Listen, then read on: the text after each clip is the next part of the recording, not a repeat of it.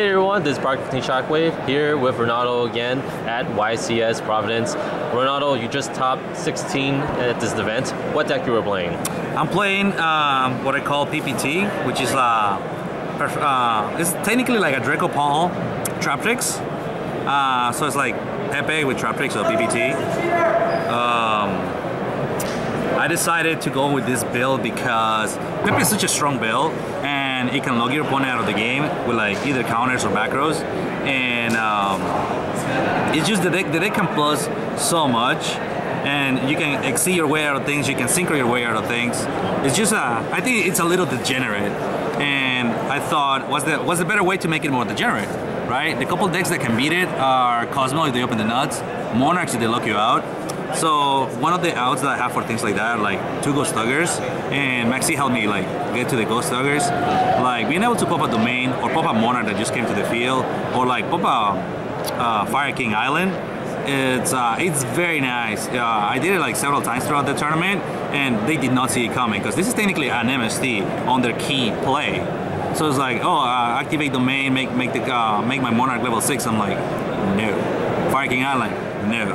And a couple of rulings that came out that the judge was wrong, because he goes activate Fire King Island and he reveals his card and he says destroy, and I said wait a minute, the Ghost Tugger destroy your field spell, and he wanted to resolve the effect of the field spell, but it's no longer in the field, so it doesn't resolve. And I had to get a head judge ruling, and he's like, yeah, continue spell cards, this and that. So I kind of forgot about the basic stuff over there. So what was your toughest matchups? My toughest matchups, actually, it would have been the Pepe mirror match, because they're like more ready for a mirror match than I am with their counter trap cards. Because I'm not playing strikes, because I mean, out of 12, 10, 13 matches or so, I played 2 of them were Pepes, and one of them I OTK'd the Pepe Odais, and the other one I just played that he happened to have the counter trap cards to win, because he went first. Had I gone first, it would have been a whole different game. He would have had nothing, and I would have blown his backers away. But the luck of the die. All right, so 3 jokers, because it's the heart and soul of the deck. And this might seem a little degenerate to you, but I found that this is the best way to get away with having more consistency in the deck, opening a pot of greed right away of the going first or going second. This helps extremely a lot with the deck. It builds your consistency, and it gives you a fighting chance against most decks, because you can potentially draw onto like that MST that you need. You can potentially draw into that eccentric or a joker or a monkey board, and it works well. They work extremely well with Donkey, because you can always just go activate Guitardo, activate Lizard Draw, right? You could potentially draw into a second Donkey, right? Go normal summon, right? You have 2 skills. You get its effect, or you can get your sorcerer, or you can get a monkey board,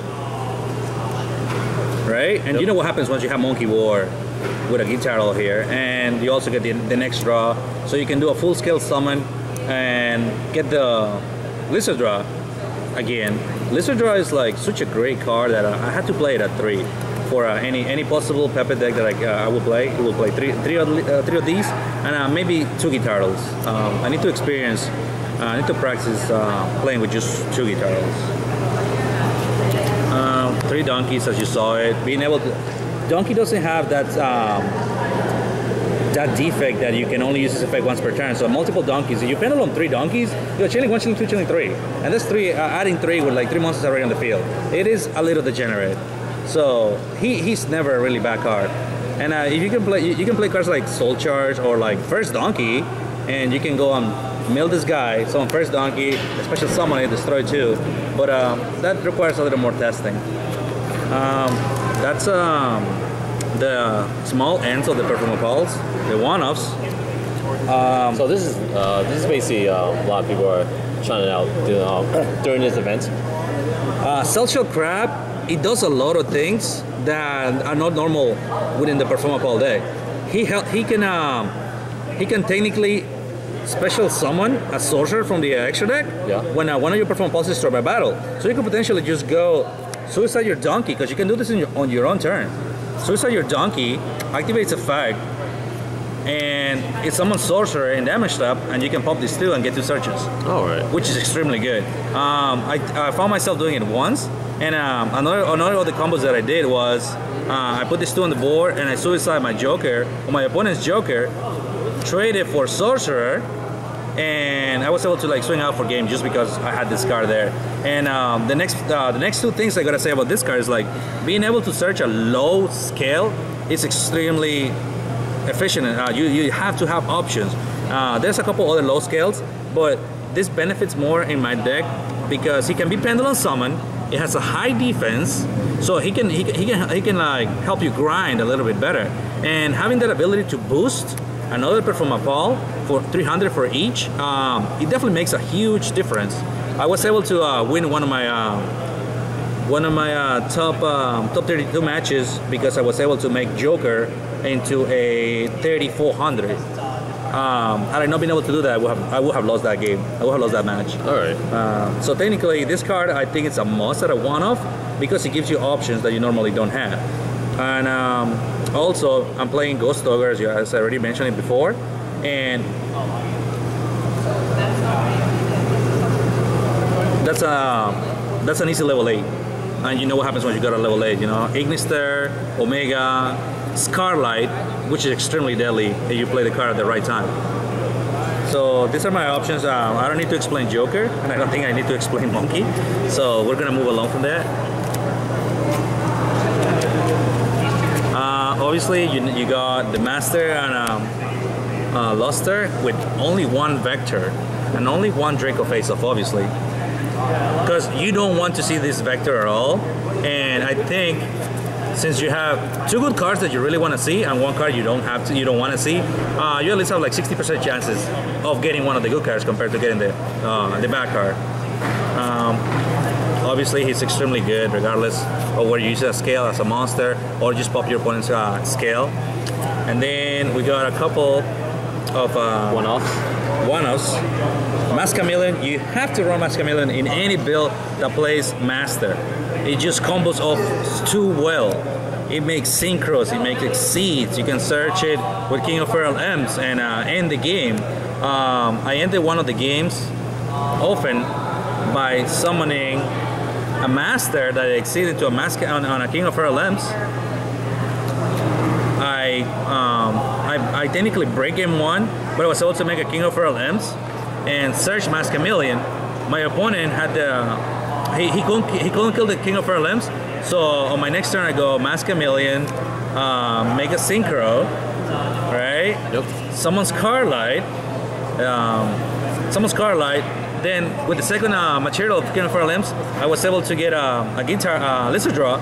I have a scale, I go Special Summon, swing out, and then Scarlight can pop the King of Feral M's because he only pops effect monsters. So that's like 7,500 right there. Yeah, that can easily end the game. Even if you have a really bad hand. Then we got the second star of this deck. Oh my goodness, this thing is so good in the deck.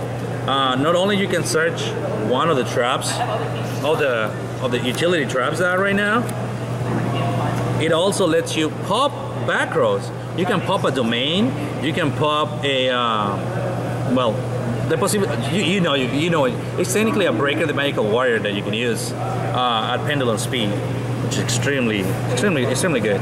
This obviously requires no explanation. You can play the Word of Flesh just as well, and hand traps. This thing, I'm sure I've already explained it before, but I'm just gonna mention it again. It's extremely good against Fire King Island, extremely good against Domain, extremely good against Brilliant Fusion? Yeah, Brilliant Fusion. Yeah, Brilliant Fusion, extremely good. You can pop a Dark Destroyer, and there's other utilities as being a tuner, as you can see. So I'm gonna move to my extra deck, and I'm gonna show you some of the things I can make with Ghost Ogre. I can make Horus, I can make Omega. Turn it around. Oh, Yep. yeah, sorry about that. That's right. So I got Horus, Yep. I got Omega, I can access all those. All these cards I can access them with Ghost Ogre, given the right combination. Right. And very often, people did not see this coming. They did not see that. Especially, it's extremely good against Monarchs if they don't have Domain on the board, because you can go Synchro Summon into it, and since they have to give you a monster, and often their only play is to like tribute summon Ether. Right. You take Ether when his effect resolves, and he goes to your field, and your opponent cannot activate Ether because he's no longer on the field. It's a Chainlink 2. Because Chainlink 1 resolves, and you get the Monarch. So he cannot activate the effect, and at that point you can swing out. Sure, you can attack with the monster, but like that's a free Dark Destroyer. That's a free high attack monster that's causing you trouble. Obviously, this need no explanation other than the basics. One Dinosaur. I think one is plenty. I thought about using a second one, but I really didn't need him. I needed him once, maybe twice throughout the entire tournament. And my build just plays differently, so he doesn't really rely on a lot of the Dino plays. But it's good. It's a good combo card. 2 Dwellers. Yes, 2 Dwellers. People were completely shattered by this card. They were amazed. I went make Dweller turn 1. They did not know. I did not know what they were playing. And they're like, oh, that seems a little suspicious that you're making Dweller. Did you see my deck? And I'm like, once you see my deck, it will make sense. So my one of my focus was to make a Dweller turn 1, right? Because it stops Cosmos, it slows down Monarchs, and it kills BA. You know, it kills BA, pure BA, and the PK Fire, because there were several builds of BA around. So having double Dweller in this deck is extremely good. Castell, Dark Rebellion. Yep. No, it's often your opponent's gonna pay too much life. He's gonna take too much damage, and being able to do a 2500 on the face is extremely good. 1 Emerald just to recycle Ignisters, maybe fetch someone normal from the graveyard. 1/1, 1 Reflesha. Trapeze Magician. Very often you'll be able to blow up your opponent's one back row that's relevant, and being able to make this and an Ignister, it's guaranteed game. Right. Or also another way to do game is like Trapeze Dark Rebellion, which is pretty easy to do in this deck. That covers most of the extra deck. I don't think I need to explain King of Feral Imps or Magister Paladin. So right. we're gonna move to the side deck. And actually, the spells in the deck. I got 2 Mysties. I decided to go to Mysties over Twin Twisters because very often I don't want to discard what's in my hand, and my opponent sometimes he's just only going to have 1 back row. It's going to be 1 Coast Mojo. It's going to be he's going to activate Fire King Island. It's going to be one of the domain. It's going to be Brilliant Fusion. So I'd rather just like go 1 for 1 and keep the consistency better, because in the end it's the same. Here we go with the Pendulum Rising at 3. This card, it's amazing. It wins games, it steals games. It's just degenerate. Being able to summon a Sorcerer or a Luster Pendulum, it's too good. It's too good. The Mysties and an Unexpected Die. I have very mixed feelings about this card. Every time I draw it, I did not know what to do with it. Unless it was on turn 1, and obviously it's the first play you do, but once you have established board and you draw this card, it's like completely useless. You technically need your opponent to start making a comeback for this card to be live. And so starting off with Unexpected Die, it's kind of good if your opponents were playing anti-spell, so just like you can set it, next turn activate it, you can Castell your thing, but I'm like, it did not pay off. Maybe with the Toner build, with Angelic Trumpeter, maybe we'll really see a lot of play because you can make 3 Omegas turn 1 with this Angelic Trumpeter on the right build, of course. But I definitely gonna cut it off, maybe leave it at a 1-off. So I don't know, it was one of the first cards I side deck. It's like, I always side deck this too. Archfiend Eccentric, here's the 2 Maxis, they need no explanation. Moving to side deck. Fuck Monarchs. Nope. Sorry about the swear. Extremely reliable on a deck that can Portal Greed and search. You do your searches, then you Portal Greed, and you can easily snatch your Master of Strix. Oh, Cosmos, guess what? 3 Iron Walls, so no Cosmos plays for you. We got 3 Twin Twisters, because very often you're gonna go second, and very often your opponent's gonna have the stuff to kill you. So this gets rid of that, especially good against like PK Fire. Extremely good. 3 Drowning Mirror Forces, because they don't see it coming. Just set some back rows and they think that it's a bottomless, they think it's a time space, maybe a treacherous, and they try to make a play, and a Drowning Mirror Force just like, it seals the game. This card should be worth more than what it is right now. Yeah, definitely. I recommend people to like pick up their copies right now before they start complaining that the card is too high. deck devs, and solemn strike. I think I should be playing three strikes because it's good against monarchs. It's good against random decks like maybe Mermals or whatever.